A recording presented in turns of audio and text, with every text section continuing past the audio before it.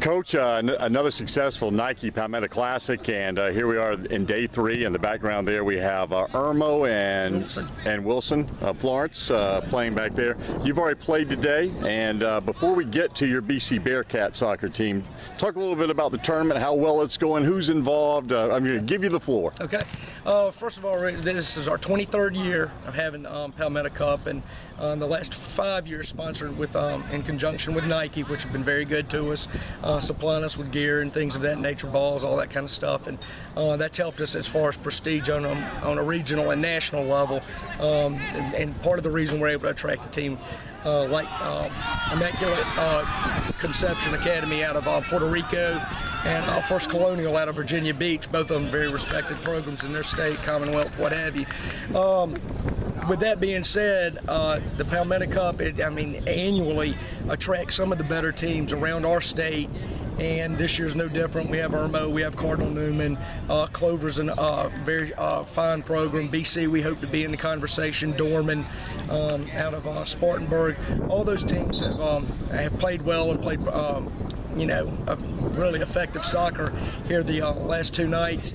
And today, this game going on right here, Irmo's up right now, and we're looking at maybe an Irmo for Cardinal Newman semifinal tomorrow morning, which could be interesting with 2 Columbia teams in a semifinal. And on the other side of the bracket tonight, Dorman and the team from Puerto Rico play, and they'll be whoever plays that Brooklyn Casey will face them tomorrow morning at 9 o'clock in the semifinal. So we could have 3 Columbia teams in semifinals, which it helps us from a local standpoint, boosting attendance and everything else, the morale around here with soccer. But at the same time, I think it says a lot about the Midlands area high school soccer that we play on level for just about anybody. Absolutely. Are there any players that, I know there's lots of really good players, are there any like genuinely quote unquote superstar types at the tournament? Well, I think you have to start with somebody like Christian Kyerla from Cardinal Newman. He's going to Kentucky. He's a D1 player, no doubt about it. I'm going to speak selfishly on our kid, David Koprowski.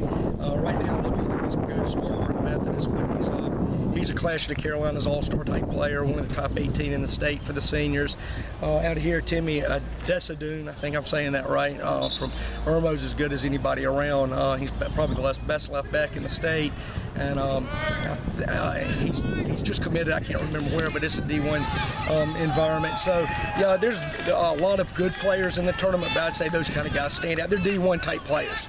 Talk about your Bearcats, 3-0 in the tournament now, and that has pushed your record to 13-4. 13-4, and from what I understand, you guys are kind of really hitting your stride right now, and this is the time to do it, isn't it? I hate to jinx us, but I told the boys after our game today against Lexington, we had the best start we've had to any game this year. We just played with a lot of energy and a lot of effort early, and kind of put the game to bed really in the first 10 minutes of the match this morning. But you can just kind of see when the team starts to click, when things start to gel, and our back lines come together. It was a real sore spot in the preseason, and we were just waiting for it. We knew the talent was there, but just for whatever reason, the cohesion, it took some time to mesh a little bit. And they've certainly got it together, and they're today, with the past 3 days in this tournament, they have really played well, and if our back line plays well, we're going to play well. But David Koprowski is one of our team captains. He's really kind of taken that leadership role, which, to be fair, it's taken him a little bit of time to adapt to it, to be the guy that he's always been a good player, but being a good leader sometimes is a different facet, is a different component.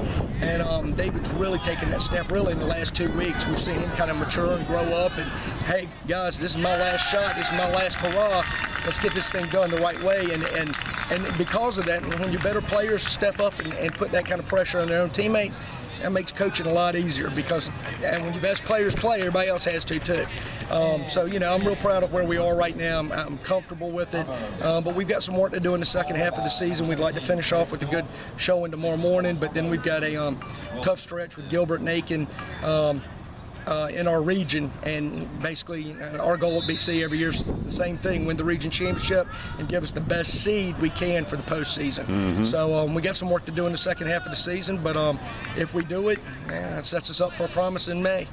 Now, of course, we're here at the Cage, the old field here, and as we covered the new football palace over on over the corner of State and Knox Ave. Obviously, we did some interviews with some football players and coach all that. But talk about it from a soccer perspective, because obviously you guys use it too. And just being over there a moment ago, my goodness, man! And I heard quite a few folks, no kidding, talking about. I guess they're from other schools, so not around here, that were talking about they just couldn't believe it were their words. It's an amazing facility. I'll say this: our district really cut no corners on the facility. And believe me, I've looked for where they might have saved a penny here and there. But in this instance, they did not. It is a first-class, first-rate facility, and just we're excited to be there. I mean, who wouldn't be? And people step in there and they're like, "This is gorgeous. This is great. The architecture is awesome, mirroring the school, and you know, the cage has a lot of history. We all love it. It'll always have its place in BC soccer kind of lore, if you will. But the new stadium, what we kind of dubbed Fort Knox now, it's only a fort if you win there. So we're trying to uphold that one. But that place is brilliant, and it's wide. It's 64 yards wide. It's the full 120 in length, and the locker rooms, being able to open that up and have teams come in and be able to, you know, be good hosts instead of saying, "Hey, go camp out over there on that side of, you know, vacant lot," if you will. The facility is awesome, and it's brought a lot of attention, not only the Nike Palmetto Cup, but our Crescent Cup we had in conjunction with the airport 2 weeks ago for our girls tournament. We had 32 teams, and I got to work the ticket gate. I don't know if I got to work. I did work the ticket gate, let's just say that. And just hearing the comments from people in and around the state, they just marveled at it. And I'll just say it's a real hallmark for Brooklyn Casey and the Casey West Columbia community to have that type of a structure right here in our own midst. So you having to fight off the phone calls of kids wanting to transfer into play for you? Not yet, but I will say this, Ray, it brings up kind of tongue in cheek, but it does prove to a lot of people. I mean, we've had a lot of kids that wanted to come or have visited from other states and whatnot over the last 10 years, and they come here and look at the cage, and then they go to another school in our area, and they're like, okay, and they're like, golly, that kid, I just met with his parents last summer, and he went here and he went there.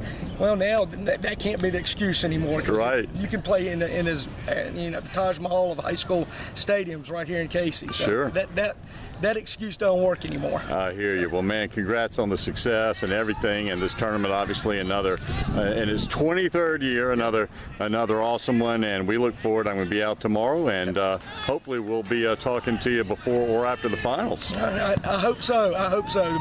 The boys have put themselves in a good position, and hopefully we'll play good soccer tomorrow. Was it last week that I worked? That I was in the local media and you were an intern in sports information under the great Kerry Tharp. Was that last week or the week last year or the year before that? It's been a while. Isn't that crazy? Go back some moons, but yeah, that was a good time. Where it all started. That's right. With the great Kerry Tharp. That's great Kerry Tharp. I'm telling you. And those guys, it was a heck of a crew. It was. Man, great to catch up with you, and look forward to seeing you tomorrow. Very good. Thanks buddy. Appreciate it.